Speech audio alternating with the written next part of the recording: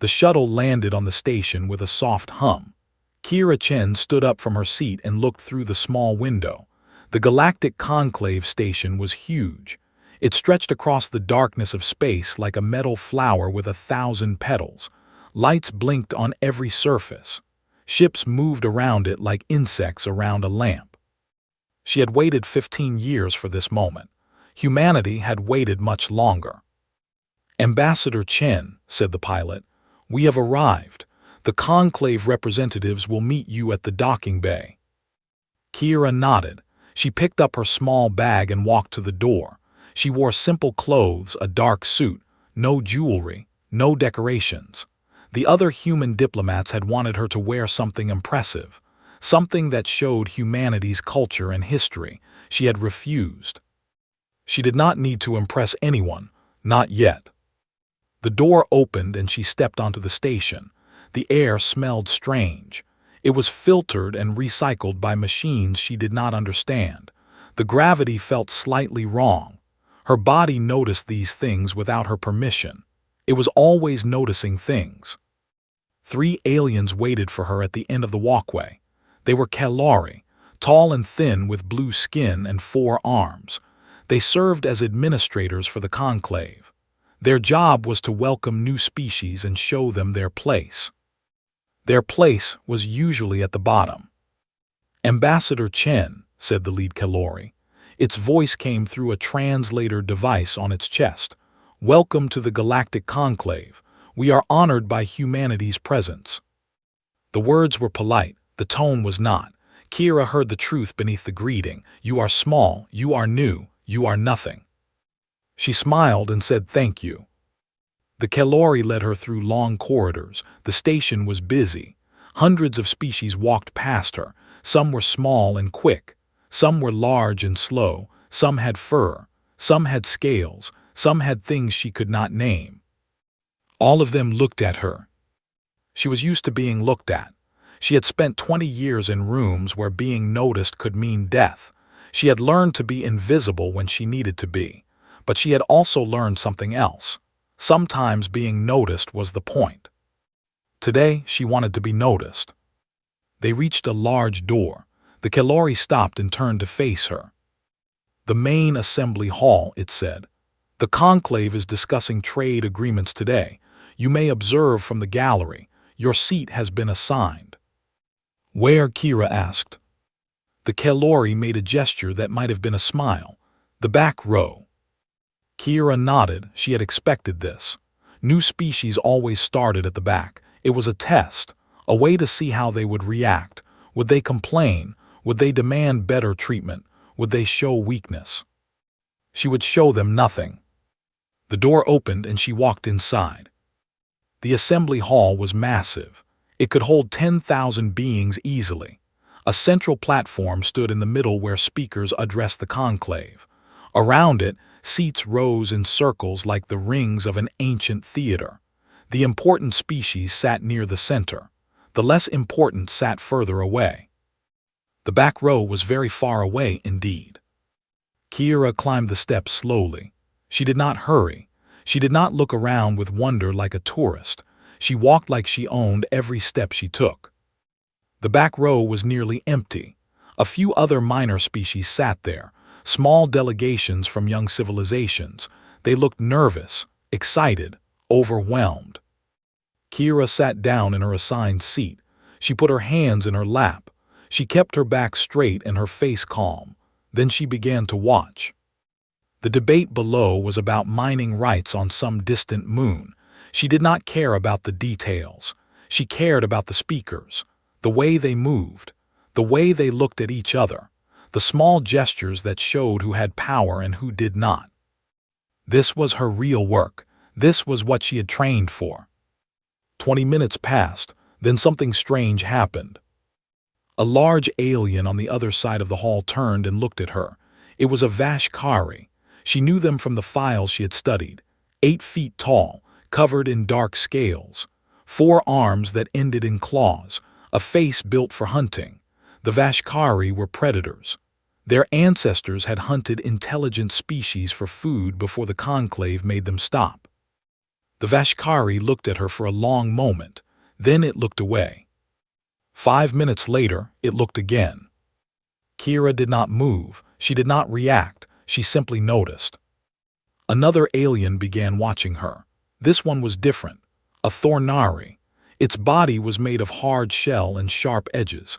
It had no eyes that she could see, but it had stalks on its head that moved like antennae. Those stalks were pointed directly at her. The Thornari were also predators, ambush hunters. They came from a world where everything wanted to kill everything else. They had survived by being the best killers of all. Now 2 of them were watching her. Then 3, a creature she did not recognize, something with too many legs and teeth like needles. Then 4, a being wrapped in shadow that seemed to absorb the light around it. All predators, all watching the back row, all watching her. Kira kept her hands in her lap. She kept her face calm. Inside, her mind was working fast. Why were they watching? What did they see? What did they sense? She was one small human. She had no claws, no fangs, no armor. She was soft and slow and weak by galactic standards. She should be invisible to creatures like these. She should be beneath their notice. But they noticed her anyway. The debate below continued. Species argued about rocks and metal and money, important things to them, meaningless to her. She had come here for something else. She had come to learn, to watch, to understand. And now she had learned her first lesson. The predators of the galaxy had instincts. Those instincts told them things their minds did not understand. And right now, those instincts were telling them something about the small, quiet human in the back row. Kira did not know what they sensed. She did not know why they watched her. But she knew one thing for certain. This was going to be interesting. The assembly session ended 3 hours later. Kira stood up slowly and stretched her legs. She had not moved once during the entire meeting. Her body ached from sitting still for so long, but she had learned not to show discomfort. Discomfort was weakness. Weakness was death. At least that was what her old life had taught her. She walked down the steps toward the main floor. Other delegates were leaving through different doors. Some walked in groups, talking loudly about the debates. Others walked alone, lost in thought. A few looked at her as she passed. Most ignored her. But not all. She felt him before she saw him. A presence behind her, large and heavy and wrong. Her body wanted to run. Her body wanted to fight. She made it do neither. She turned around slowly. The Vashkari stood 3 meters away. Up close, he was even bigger than she had thought. His scales were dark green, almost black. His 4 arms hung at his sides. His eyes were yellow with black slits in the center. Predator eyes, hunter eyes. "Human," he said. His voice was deep and rough. The translator made it sound almost normal, but she could hear the growl beneath the words. "Yes," Kira said. "Can I help you?" The Vashkari stepped closer, then closer again. He was testing her. She knew this game. He wanted her to back away, to show fear, to submit. She stood perfectly still. His eyes narrowed. Something changed in his face. Confusion, maybe, or curiosity. "I am Krassos," he said, "High Hunter of the Third Fleet, voice of the Vashkari people in this conclave. I am Kira Chen, ambassador of Earth and the Human Coalition. I know who you are." He leaned down toward her. His breath smelled like metal and meat. "I watched you during the assembly. You sat in the back row. You did not speak. You did not move. You did nothing. Observation is not nothing. Observation is what prey does before it runs." Kira looked up into his eyes. She did not blink. She did not look away. Observation is also what hunters do before they strike. Silence stretched between them. Around them, other delegates walked past. Some noticed the confrontation and hurried away. Others stopped to watch from a safe distance. Krassos pulled back slightly. His head tilted to one side like a dog examining something strange. "What are humans?" he asked. Your file says you are young, barely spacefaring, no natural weapons, no armor, slow, weak, soft. All true. Then why do I feel this way? Kira raised an eyebrow. What way? Krassos did not answer for a long moment. When he spoke, his voice was quieter, almost uncertain. My people evolved on a world of hunters. For 60 million years, we were the top of the food chain. Nothing hunted us. Nothing threatened us. We learned to recognize danger. We learned to sense it before we could see it. That's a useful skill. Yes, he looked at her with those yellow eyes. And right now, that skill is telling me something impossible. What is it telling you? That you are dangerous. Kira smiled. It was not a friendly smile. It was the smile she had worn in dark rooms and quiet places. The smile that had made men and women and things that were neither tell her their secrets. Maybe your instincts are wrong. My instincts are never wrong. Then maybe I am dangerous. Krassos stared at her. For the first time she saw something new in his eyes, not fear exactly, but the beginning of it, the first small seed of doubt. You are one small human, he said. I could kill you with one hand. You could try. The words hung in the air between them. Krassos did not move, neither did Kira. Then someone else approached, a clicking sound on the metal floor, sharp and fast and precise. The Thornari delegate stopped beside them. Up close, Kira could see its body clearly, hard shell like black glass, limbs that ended in points sharp enough to cut steel. The sensory stalks on its head were focused entirely on her. High Hunter, the Thornari said. Its voice was strange, multiple tones layered together. I see you have met the human ambassador. I have, Krassos said. He did not take his eyes off Kira. Interesting, is she not? Very. The Thornari moved closer to Kira. It circled around her slowly, like a shark around bleeding prey. She did not turn to follow it. She kept her eyes forward and her body still. I am Vex Thoral, the Thornari said from behind her. I have hunted across 40 worlds. I have killed creatures larger than this station. I have never lost prey once I chose to take it. Impressive, Kira said. And yet, Vex Thoral completed its circle and stopped in front of her. When I look at you, small human, something tells me to be careful, something old, something deep, something that has kept my kind alive since before we had names for ourselves. Your hunting instinct, Kira said. Yes. And it sees me as a threat. It sees you as something that should not be ignored. Krassos made a sound that might have been a laugh. We asked the same question. We felt the same thing. How is this possible? Kira looked at them both. Two of the most dangerous beings in the galaxy, predators who had conquered worlds, hunters who had never known fear. And they were both afraid of her. Not much, not yet, but enough to make them curious, enough to make them careful. I don't know, she said. Perhaps there is something wrong with your instincts. Perhaps, Vex Thoral said, or perhaps there is something right with them. Perhaps they see something that we do not. And what would that be? The Thornari leaned closer. Its voice dropped to a whisper. That is what we intend to find out.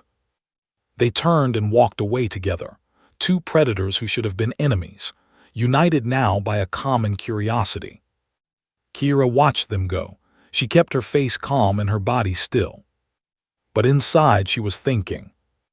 They had sensed something, something she did not fully understand herself, something buried deep inside her, something that 20 years of difficult work had built, piece by piece, until it became a part of her. She was not stronger than them, not faster, not tougher. But she was something else. And soon they would learn what that was. Krassos sat in his private quarters aboard the Vashkari diplomatic ship. The lights were dim. He preferred it that way. His eyes worked better in darkness. A screen floated before him showing information about Earth, about humans, about the strange species that had arrived at the Conclave with nothing but a small delegation and a quiet ambassador. Vex Thorl sat across from him. The Thornari's shell reflected the light from the screen. Its sensory stalks moved slowly as it processed the same information. Persistence hunting, Crossos said. He read the words on the screen again. They call it persistence hunting. Explain it to me. Crossos enlarged a section of text. Humans evolved on a world with many large prey animals, faster animals, stronger animals. The humans had no claws, no fangs, no venom. They should have died. They should have become prey themselves. But they did not. No, they found another way. Crossos pointed at the screen. They would choose an animal, a deer, an antelope, something fast, then they would follow it. Follow it. Yes, the animal would run. The humans would walk. The animal would run again. The humans would walk again, hour after hour, day after day. The animal would run and run and run until its heart gave out, until its legs failed, until it collapsed from exhaustion. Vex Thorl was quiet for a moment. They walked their prey to death. Yes. That is, the Thornari searched for the right word. Terrible. Yes. They sat in silence. On the screen, images played. Ancient humans crossing vast grasslands, covered in sweat, carrying simple weapons, walking endlessly towards something that could not escape them. There is more, Vex Thorl said. It pulled up another file. Look at this. The screen changed. Now it showed a map of Earth. Different colors spread across it. Lines moved and shifted over thousands of years. This is human migration, Vex Thorl said. They started in one small region of their world, a place with moderate temperatures, adequate food, reasonable conditions. And they did not stay there. They spread everywhere. They moved into frozen wastelands where temperatures dropped below the point where water freezes. They moved into burning deserts where nothing grew. They moved into dense jungles filled with poison and disease. They moved onto tiny islands in the middle of vast oceans. Crossos studied the map. Every environment, they adapted to every environment. They did not adapt, not biologically. They remained the same soft, slow, fragile creatures, but they found ways. They built shelters, made clothing, created tools. They bent their environment to their will instead of bending to it. And the other predators on their world. Vex Thorl changed the screen again. A list appeared. Names of species, hundreds of names. Most were marked with a red symbol. Extinct, the Thornari said. Almost every large predator on Earth is extinct. The humans killed them all, not for food, not for territory. They killed them because those predators were competition. They killed them because those predators were threats. Crossos felt cold. It was not a feeling he was used to. They eliminated their competition, he said, all of it. Yes, and the predators that survived. They survived because humans chose to let them live. They keep some of them as pets now, as companions. They turned wolves into servants. They made alliance with creatures that had hunted them. They domesticated predators. They did more than that. They changed them, over generations. They made wild hunters into loyal followers. They turned teeth and claws into tools for their own use. Crossos stood up and walked to the window. Outside, the Conclave station floated in the darkness.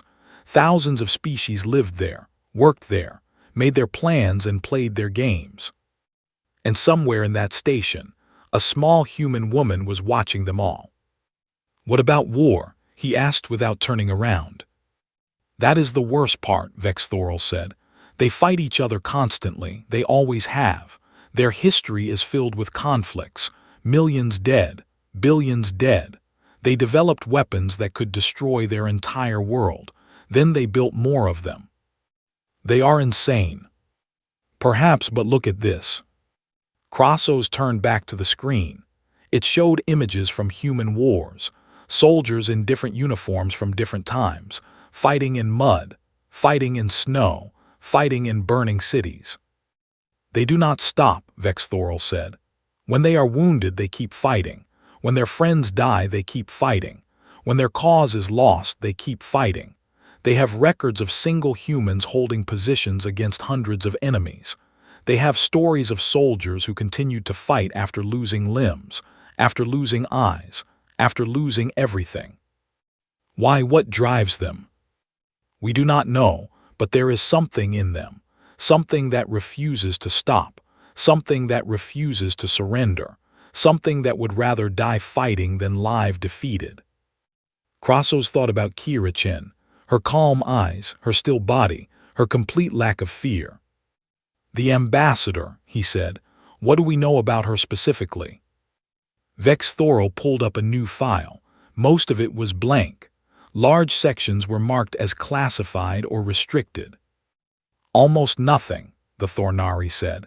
She spent 12 years in something called intelligence services, another 8 years in hostile negotiation. The details are hidden.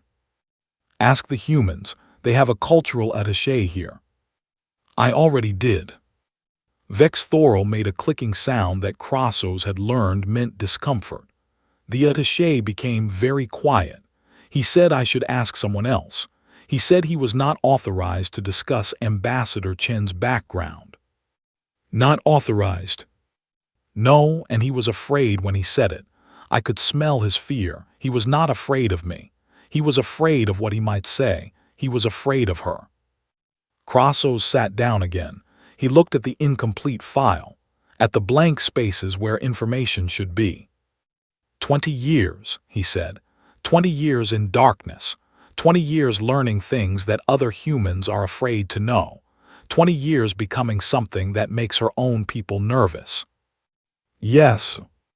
And now she sits in our conclave, in the back row, watching everything, saying nothing. What do you think she is planning? Krassos did not answer for a long time.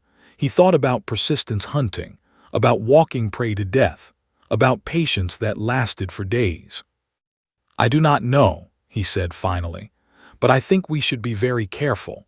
I think we should watch her closely. I think we should remember that the most dangerous hunters are not always the ones with the biggest teeth. Vexthorel made a sound of agreement. The question is, the Thornari said, are we the hunters here, or are we the prey? Krassos had no answer. He was beginning to suspect that they might not like the truth. The alarm came without warning. Kira was in her quarters reviewing notes when the station shook. Red lights began flashing in the corridor. A voice spoke over the communication system in 12 different languages. Emergency. All delegates report to the main assembly hall. Emergency. She was already moving before the message finished. The corridors were chaos. Delegates from 100 species rushed in every direction. Some were panicking. Some were trying to find their ships. Some stood frozen, unable to process what was happening. Kira moved through them like water through rocks. She did not push. She did not shove. She simply found the gaps and flowed through them. The assembly hall was full when she arrived. Thousands of beings pressed together on the main floor. The seats were forgotten. Everyone wanted to be close to the central platform where the conclave leaders were speaking. Kira did not join the crowd. She climbed the steps to the back row and sat in her usual seat. From here, she could see everything. The crowd below, the doors around the hall, the expressions on every face. On the central platform, a Kalori administrator was speaking. The Dominion of Irax has sent a fleet to this station, the Kalori said. Its voice shook with fear. 40 warships. They demand that we surrender. They demand that all member species submit to their authority.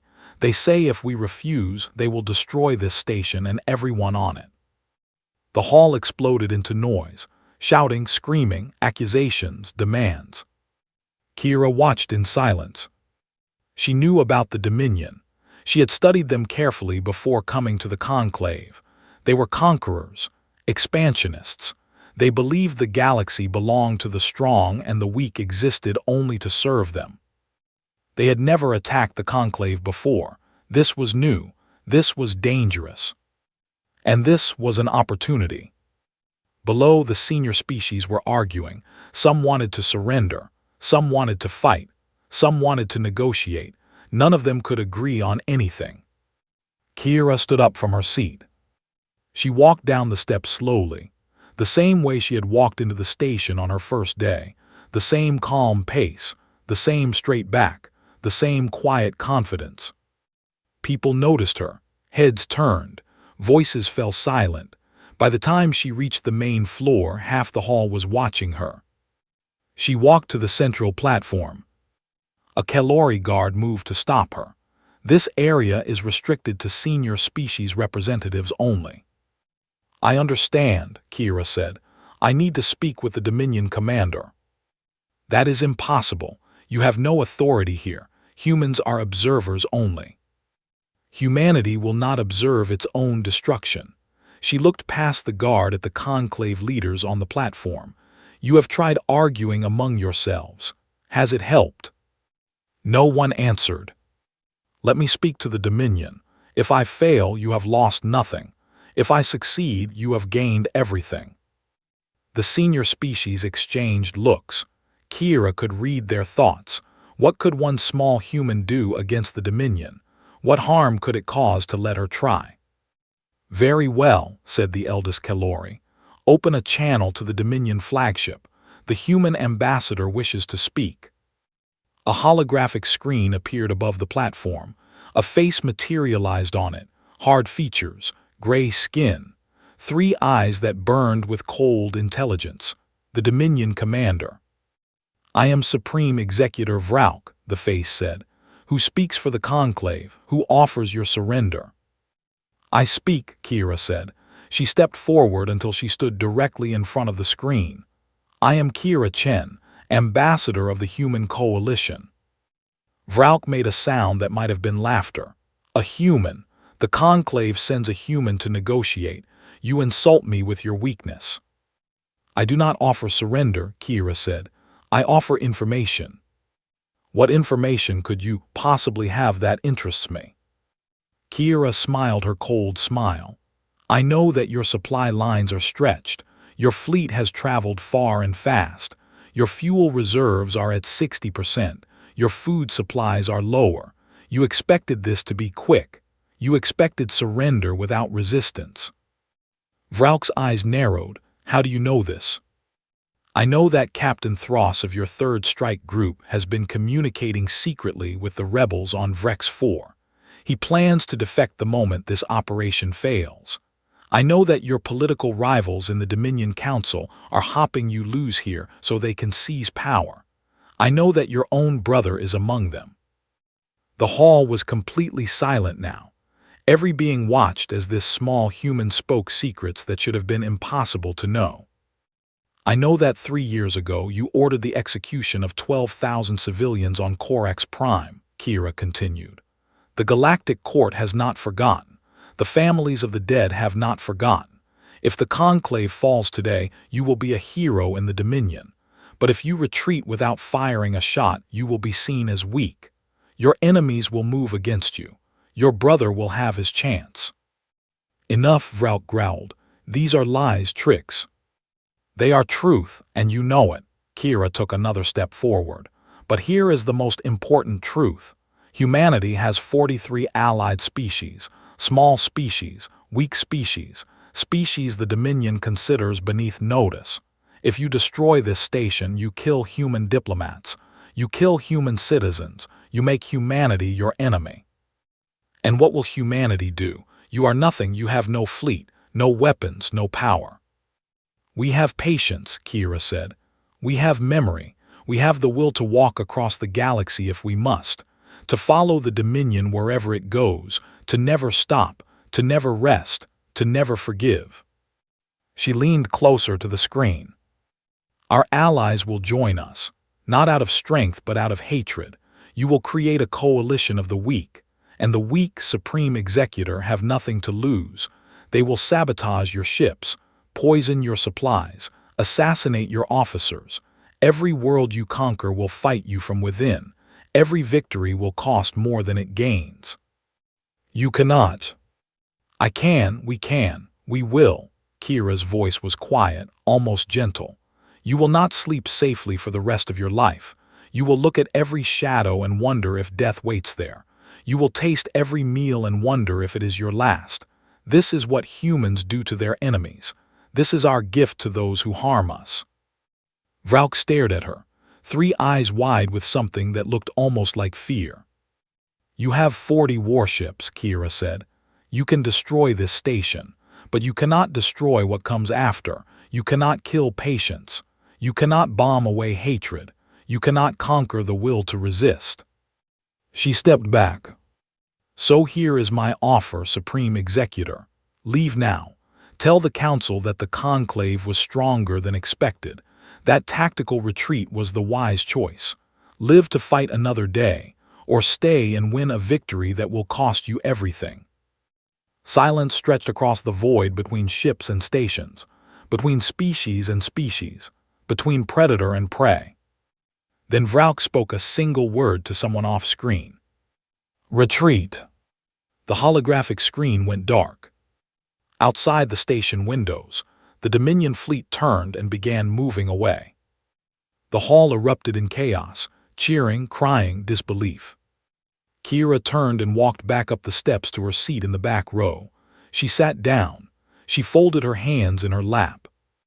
Across the hall, Krassos and Vexthora watched her with new understanding in their eyes. They had seen what she was now. They would not forget.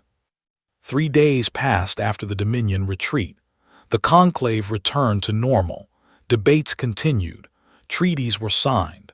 The ordinary business of galactic politics moved forward as if nothing had happened. But everything had changed. Kira noticed it in the way other delegates looked at her now. Before, they had ignored her. Now they watched her, not with fear exactly, with respect, with caution, with the careful attention that prey gives to something it does not fully understand. She still sat in the back row. She still wore simple clothes. She still said little and watched much. But she was no longer invisible. On the 3rd evening, she sat alone in the observation gallery. It was a quiet place with large windows that looked out at the stars. She came here often after the assembly sessions ended. It helped her think. The door opened behind her, heavy footsteps on the metal floor. She did not turn around. She knew who it was. Krassos walked to the window and stood beside her. For a long moment, neither of them spoke. They simply watched the stars together. I have been thinking, Krassos said finally, about what happened, about what you did. And what have you concluded? That I was wrong about humans. He turned to look at her. His yellow eyes were softer now, less aggressive, more curious.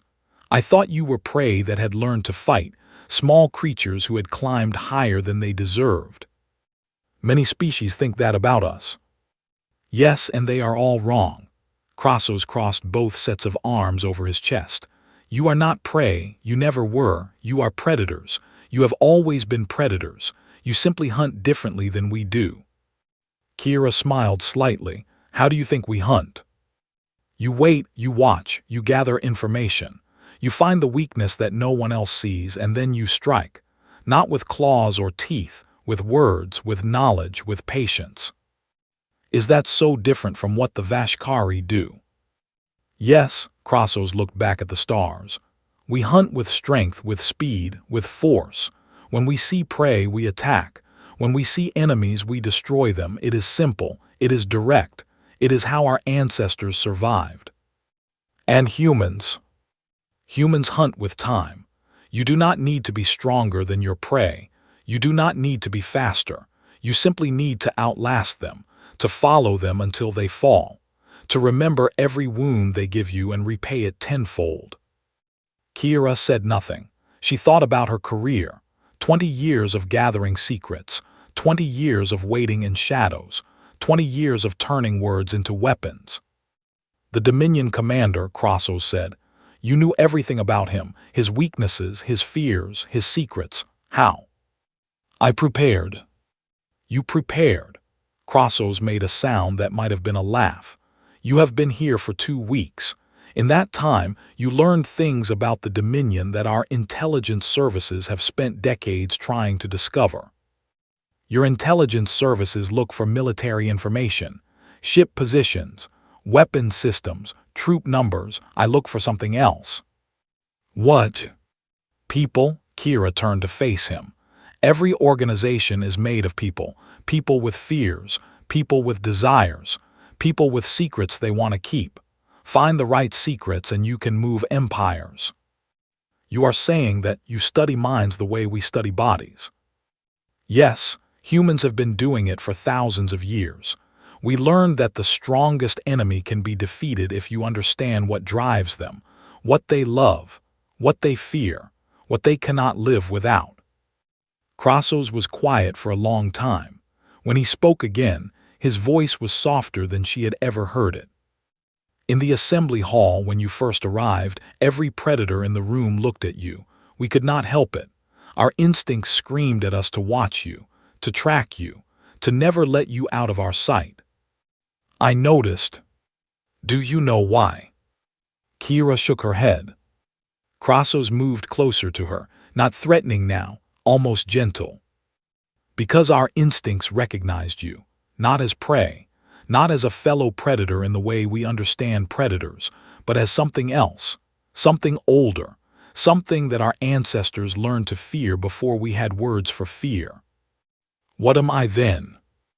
The thing that hunts hunters. Crassus looked into her eyes. Every predator species in the galaxy evolved to recognize threats. We developed senses and instincts to detect danger before it could strike. These instincts have kept us alive for millions of years. And those instincts saw me as dangerous. Yes, because somewhere deep inside ourselves we recognized what you are, what all humans are. You are the species that turned predators into pets, that walked prey to death across endless distances, that refused to die no matter what the universe threw at you. Kira thought about this, about her species, about everything they had done and everything they had survived. We had no choice, she said. Earth was not kind to us. We were not the strongest or the fastest. We were soft and slow and weak, but we refused to accept that. We refused to stay in our place. And so you became something new. Yes, we became the thing that would not stop, the thing that remembered, the thing that walked through fire and came out the other side still walking. Crassus nodded slowly. In the assembly hall, I asked you a question. I asked if you ever stop assessing threats. I remember.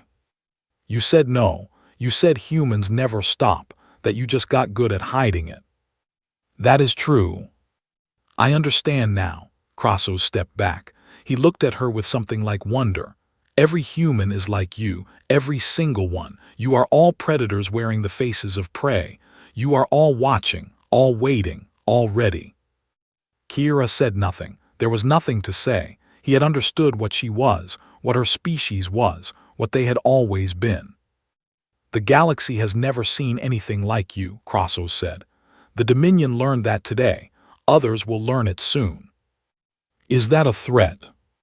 No, the Vashkari shook his head. It is a warning, not to you, to everyone else. Humanity has arrived, and nothing will ever be the same. He turned and walked toward the door. Before he left, he stopped and looked back at her one more time. The back row, he said. You still sit there, even now when you could sit anywhere you wanted. Kira smiled. It was a real smile this time, warm and human and true. Best tactical position in the room, she said. Full view of all entrances, wall at my back, clear sightlines to everything. Crassus laughed, a real laugh, deep and rumbling. Of course, he said, I should have known. He left, the door closed behind him. Kira turned back to the window and watched the stars. Out there somewhere, the Dominion fleet was limping home. Out there somewhere, 100 species were learning about what had happened at the Conclave. Humanity had announced itself to the galaxy, not with ships or weapons or armies, with words, with knowledge, with the terrible patience that had carried them across their world and out into the stars. She was just one small human, quiet, unremarkable, sitting in the back row.